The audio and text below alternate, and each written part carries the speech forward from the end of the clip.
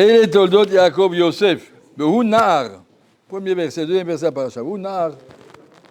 Behu Nar, ça veut dire Yosef était un jeune homme. Omer Rashi, Aya Ose Maase Narut. Il se conduisait comme un petit barou, metaken besaro, il s'arrangeait les cheveux, même Hashmesh Benav, il s'arrangeait les yeux. Que des Jéniré a fait, il voulait avoir l'air beau. Hein, il n'est pas en train de comparer Yosef Hatzadik avec un barou de Keter Shlomo. En tout cas, c'est étonnant. On parle de Yosef Hatzadik qui était Ben Zekunim de Yaakov Avinu, et tu dis qu'il est en train de se faire beau, les yeux, les cheveux et tout ça. Et Unar, il se conduit comme un art. Quel est le pshat? Et on voit qu'à la punition de ça, Madame Poutifar, elle lui est tombée dessus. Pourquoi?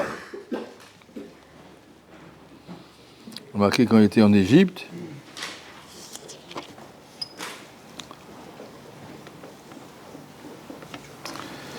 ton père est en train de souffrir et toi tu te fais beau. C'est pas beau ça.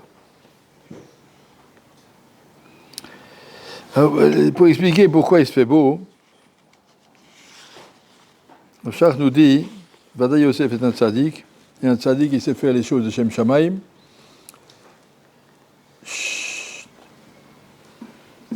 Et il pensait, Shem Shamaim, puisque Yosef, regardez la personnalité, un barreau qui a été gardien de moutons, après il a fait 12 ans de prison, et du jour au lendemain il devient roi sur toute une nation, la plus grande nation du monde, plus forte, la plus civilisation, tout d'un coup. Un gardien de moutons qui a fait de la prison, tu les sors de hasard, tout d'un coup tu vas mettre le roi des États-Unis, il ne sait même pas compter jusqu'à 3. Comment que c'est possible? Alors ils expliquent parce qu'il était né avec une trouna, un caractère de Meler. Il savait, je suis Meler sur moi-même, je suis Meler sur... Je sais me gérer jusqu'au bout. Et si je suis Meler, j'en ai l'apparence, je peux me présenter comme un pauvre barour avec des habits sales. Il faut que je sois toujours beau. La grandeur, la Meler, c'est d'être... il est supérieur aux autres. Il a rêvé que vos gerbes se prosternent devant mon blé. Il savait que ça veut dire. Votre parnassa passera par moi. Effectivement, en Mitzrayim, tout le monde mourait de faim, c'est Yosef qui a nourri ses parents et ses frères. Votre parnassa passe par moi. Comment ça se fait? C'est un Meler, quelqu'un qui peut donner sans recevoir. Yosef était né pour être Meler. Et la malroute de Yosef, elle s'exprime sous cette forme.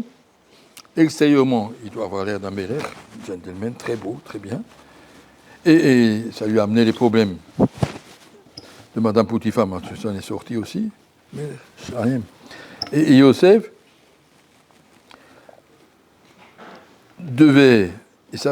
il devait construire sa personnalité sous cette forme. On ne lui reprochera pas ça. De cette fait partie. Son père ne lui a rien dit. À Israël, Havet Yosef, Mikol Banav. Tu as un grand avenir. Il savait où il va arriver.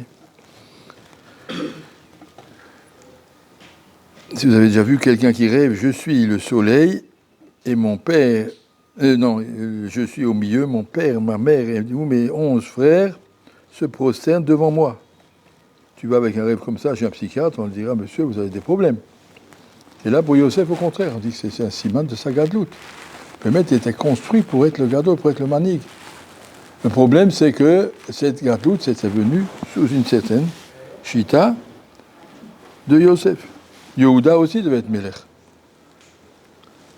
Et ça fait des oppositions sur deux chemins différents. Yehuda était Meler, on va dire un petit peu.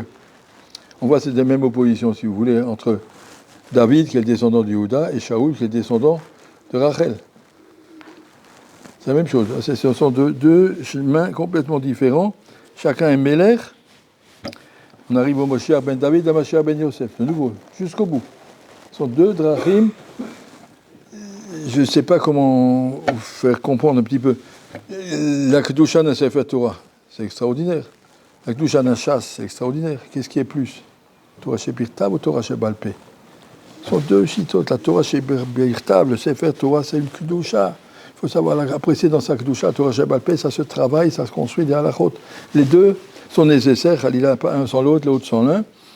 Et ensemble, ce sont deux choses. Dans le Beth Amikdash, il y avait le Aaron où il y avait les louchot, et puis il y avait un rideau, et de l'autre côté, il y avait la menorah qui symbolise la Chokhmah de la Torah.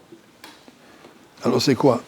Ça veut dire, ça c'est la Kedusha en elle-même, et ça c'est la Torah qui se travaille et qui se construit. Toute la Rébi qui a écrit la Mishnah, descendant de Yehuda, descendant de David Amelech. La Torah chez Balpé, ça vient de Yehuda, la Torah chez Birtav, la Kedusha du Sefer Torah, ça c'est, et si on veut, Aaron passe à Moshe, quelque chose comme ça. Je peux pas.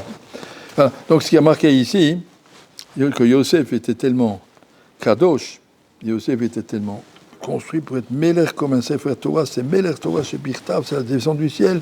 J'ai rêvé, il était jeune, il avait 17 ans, j'ai rêvé que vous passerez par moi. Je termine juste avec ça. Comment que c'est possible que la parnassa des autres, elle passe par lui? Il y a quelqu'un qui a une bracha de parnassa. Comment on fait pour avoir une bracha de parnassa? Il y a marqué, Yosef Hatzadik était shalem, de ce qu'on appelle en ivrite midat hayusod. Il n'a jamais eu de tumat keri de sa vie. Il était shalem vayofozuz roe yadav, avec tous les nisyonotes qu'il avait en Égypte. Il était seul, Bachor, tout seul en Égypte.